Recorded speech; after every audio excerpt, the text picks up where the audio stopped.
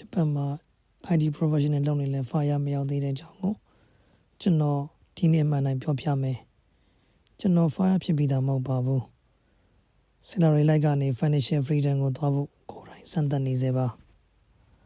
အကြောင်းရင်းကမှန်နေမဟုတ်ပါဘူးတိုင်း leak ပါနေတိုင်း app တွေ notification တွေကြားမှာအချိန်တွေပြောင်းနေတာကို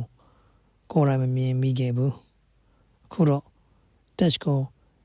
entertainment မဟုတ်ပဲတိုင်း safe နဲ့ decision support အနေနဲ့ပြန်သုံးနေပါတယ်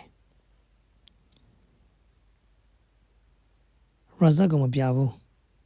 ဂျာနယ်ပဲပြမယ်ဒီလမ်းကိုတူတူရှောက်ချင်ရင် subscribe လုပ်ထားပါ